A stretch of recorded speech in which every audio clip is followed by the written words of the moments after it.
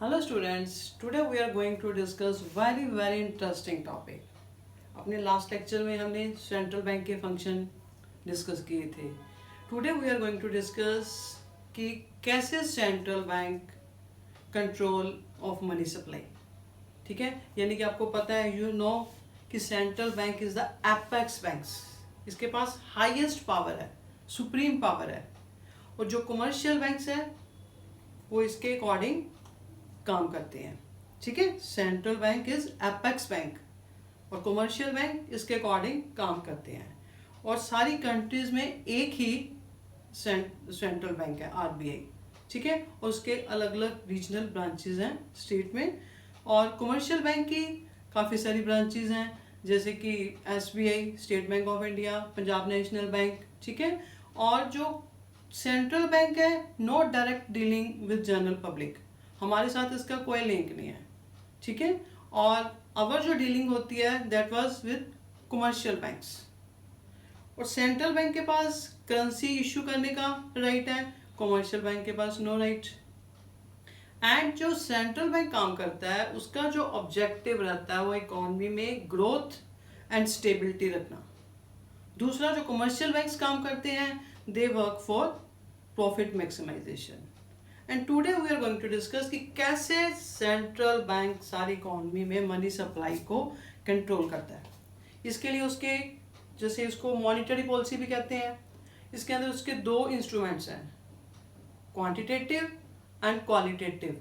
Qualitative tools की help से वो कैसे कंट्रोल करता है मनी सप्लाई को. ठीक है, तो जो आपके पास ये जो टूल्स हैं, repo rate, bank rate, reserve, reverse repo rate, legal reserve requirements हैं, ओपन मार्केट ऑपरेशन, ये आपके आते हैं उसमें क्वांटिटेटिव टूल्स के अंदर. और जो मार्जिन रिक्वायरमेंट है ये क्वालिटेटिव इंस्ट्रूमेंट के अंदर आता है. और ये topic very interesting.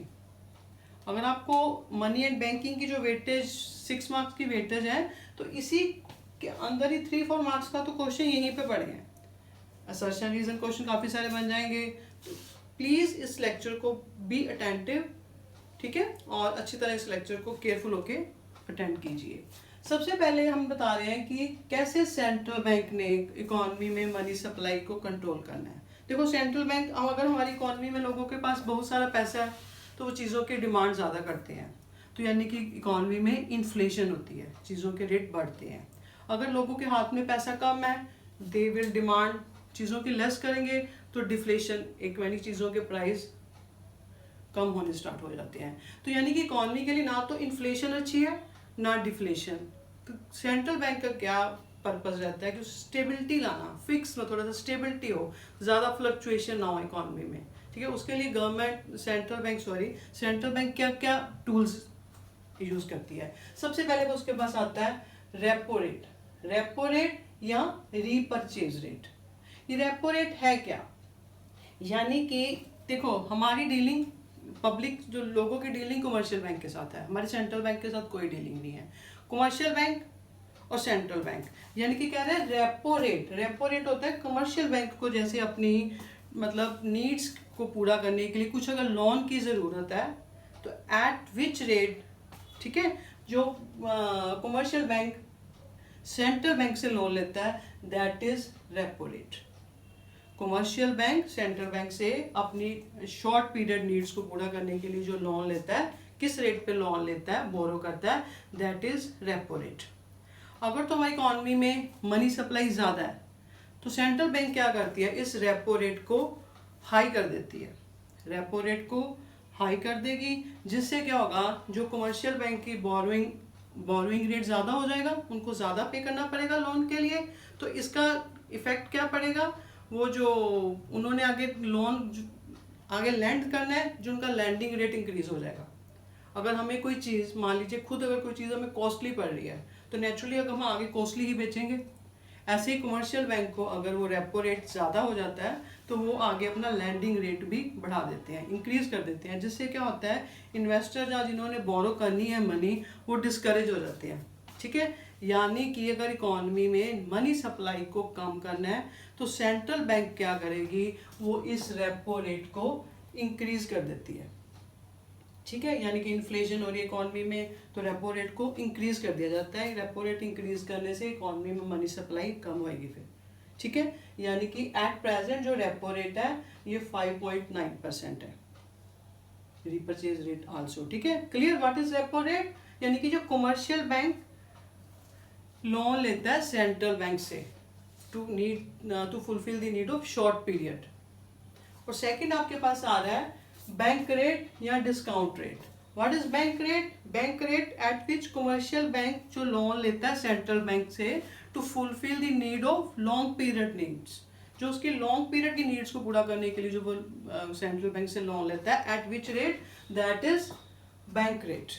Same effect है, अगर तो इकोनॉमी में पैसा ज़्यादा है, लोगों के हाथ में ज़्यादा है, इन्फ्लेशन है, तो सेंट्रल बैंक क्या करता है, इस अपने बैंक रेट को क्या कर देगा, अपने बैंक रेट को ज़्यादा कर देगा। बैंक रेट को ज़्यादा करने से नेचुरली कमर्शियल बैंक की बोरोइंग ज़्यादा देनी पड़ी उनको। ठीक है, उनको रेट इंटरेस्ट ज़्यादा पे करना पड़ा, तो वो आगे लैंडिंग रेट है जो उन्होंने आगे लोगों को उधार देना है पैसा, वो उनसे चार्ज करेंगे ज़्यादा।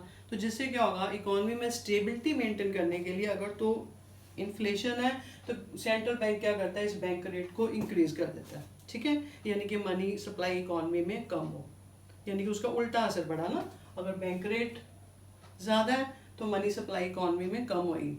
ऐसे ही रेपो रेट, दोनों का सेम इफेक्ट है। ठीक है, फिर आ रहा है आपके पास रिवर्स रेपो रेट। दोनों हमने डिस्कस कर लिए, repo rate, bank rate, and third है रिवर्स रेपो रेट।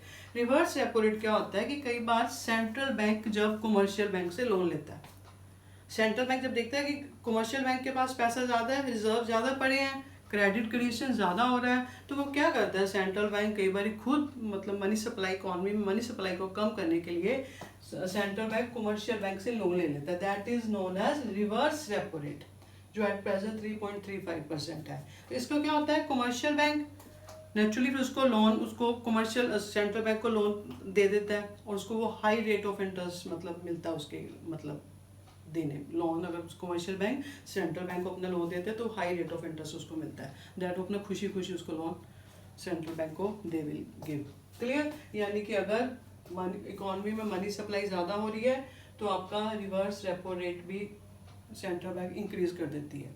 ठीक है, फिर आपके पास आ रहा है fourth, legal reserve requirement. Legal reserve requirement या वेरिएबल रिजर्व रेशो मेथड। इसके आगे दो टूल हैं, यानी कि लीगल रिजर्व रिक्वायरमेंट को शॉर्ट में LRR भी कहा जाता है। ये क्विक मेथड है, अगर आपने कंट्रोल करना है ना इकोनॉमी के सर्कुलेशन मनी को, इन्फ्लेशन डिफ्लेशन को, क्विकेस्ट मेथड है लीगल रिजर्व रिक्वायरमेंट LRR। इसके आगे दो पार्ट हैं, CRR एंड SLR। CRR क्या है, कैश रिजर्व रेशो, जो एट प्रेजेंट 4.5% है। इसकी चाहे आपको, मैं ऐसी नॉलेज के लिए आपको बता रही हूँ, एट प्रेजेंट रेट कोई आपको ज़रूरत नहीं है। और जो SLR है, SLR स्टैट्यूटरी लिक्विडिटी रेशो, जो 18% है।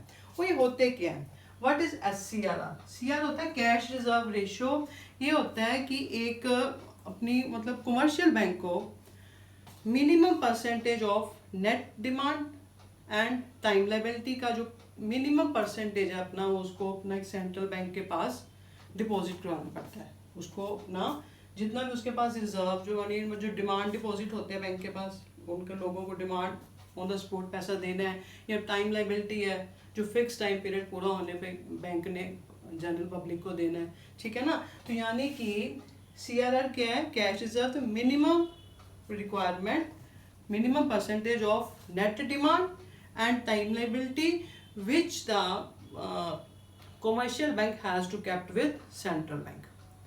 अगर देखती है सेंट्रल बैंक इकोनॉमी में मनी सर्कुलेशन में ज़्यादा है, लोगों के पास पैसा ज़्यादा है, इन्फ्लेशन हो रही है, तो वो क्या करती है, सेंट्रल बैंक इस CRR की रेशो को इंक्रीज कर देती है। यानी कि CRR रेशो को इंक्रीज कर देगी तो मनी सर्कुलेशन सप्लाई फिर कम होएगी, तो जिसमें स्टेबिलिटी की स्टेज को अचीव कर पाते हो। ऐसे ही SLR क्या है, ये CRR कमर्शियल बैंक को केप्ट विद सेंट्रल बैंक, और जो SLR है ये कमर्शियल बैंकों को अपने पास रखना होता है फिक्स रेट, यानी कि in the form of liquid assets, यानी कि कुछ कैश, गोल्ड, या जो उनकी फ्री सिक्योरिटी है जिसके अगेंस्ट उन्होंने लोन नहीं ले रखा, फ्री सिक्योरिटी ये उसके अंदर इंक्लूडेड होती हैं, यानी कि cash, gold and free securities. वो SLR यानी कि कमर्शियल बैंक को अपने पास रखना होता है। अगर तो इकॉनमी में वही सर्कुलेशन मनी ज़्यादा हो रही है, कमर्शियल बैंक के द्वारा क्रेडिट क्रिएशन ज़्यादा हो रहा है, इन्फ्लेशन हो रही है इकॉनमी में, तो सेंट्रल बैंक क्या करती है, इस SL रेट को इंक्रीज कर देगी। SLR रेट को इंक्रीज करने से मनी सप्लाई इकॉनमी में कम होएगी, तो जिससे स्टेबिलिटी की जो भी है सिचुएशन को अचीव किया जाएगा। यानी कि LRR के अंदर 2 पार्ट्स हैं, CRR, SLR। CRR cash reserve ratio, यानी कि जो मिनिमम परसेंटेज उसकी है उसकी net demand and time liability की commercial bank has to keep with central bank. उसको सेंट्रल बैंक के पास रखना पड़ता है इतना अपना पैसा रिजर्व, और ये उसको अपने पास रखना पड़ता है रिजर्व। तो ठीक है, उनके पास जो एक्स्ट्रा रिजर्व जो होते हैं बचे वो फिर कम हो गए ना, तो जिससे वो क्रेडिट क्रिएशन की पावर उनकी कम हो जाती है। क्लियर। फिर आपके पास आ रहा है next open market operation. Open market operation OMO, ठीक है। ओपन मार्केट ऑपरेशन होता है कि ये गवर्नमेंट होती है जो गवर्नमेंट सिक्योरिटी बॉन्ड, गवर्नमेंट को भी पैसा चाहिए, वो फिर सिक्योरिटी बॉन्ड वगैरह इशू करती है, ठीक है। तो ओपन मार्केट ऑपरेशन क्या है, buying and selling of government security by central bank, ठीक है। मतलब बाय करती है ये गवर्नमेंट से और सेल करती है फिर कमर्शियल बैंक को, ठीक है।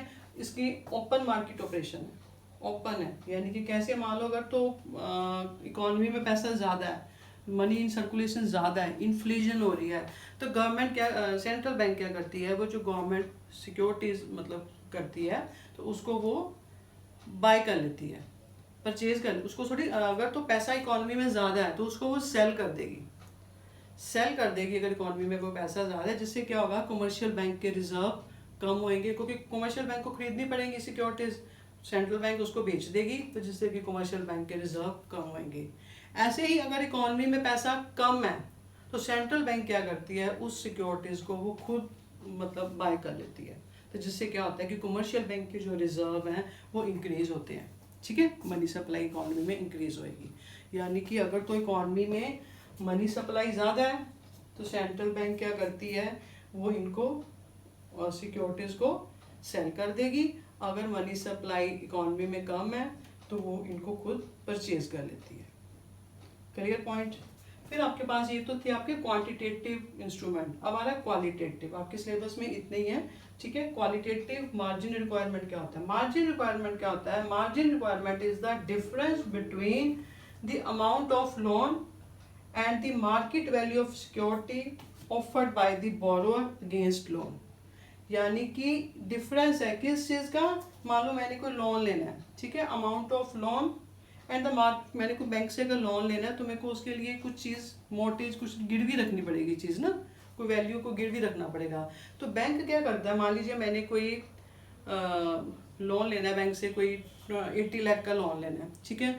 तो गवर्नमेंट ने क्या किया, मैंने उसके मतलब लोन की जो मार्केट वैल्यू थी मेरी, जो मैंने उसके अगेंस्ट रखी सिक्योरिटी, उसकी वैल्यू मार्केट वैल्यू 80 लाख है, तो ठीक 80 लाख को मेरे को उसके अगेंस्ट लोन चाहिए। तो गवर्नमेंट सेंट्रल बैंक ने रेट फिक्स कर देती है कि मार्जिन रिक्वायरमेंट, यानी कि उनका मार्जिन कितना रहेगा बैंक का।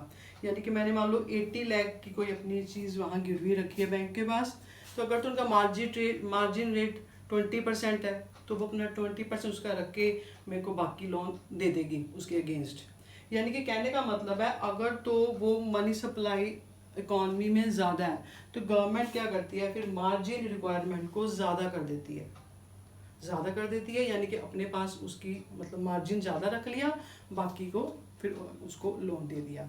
अगर तो वही इकॉनमी में मनी सप्लाई कम है तो इस जो मार्जिन रिक्वायरमेंट है इसको फिर कम रखा जाता है, ठीक है, कम अपने पास मार्जिन रख के ज़्यादा उसको फिर उस पर्सन को लोन प्रोवाइड कर दिया जाता है, ठीक है।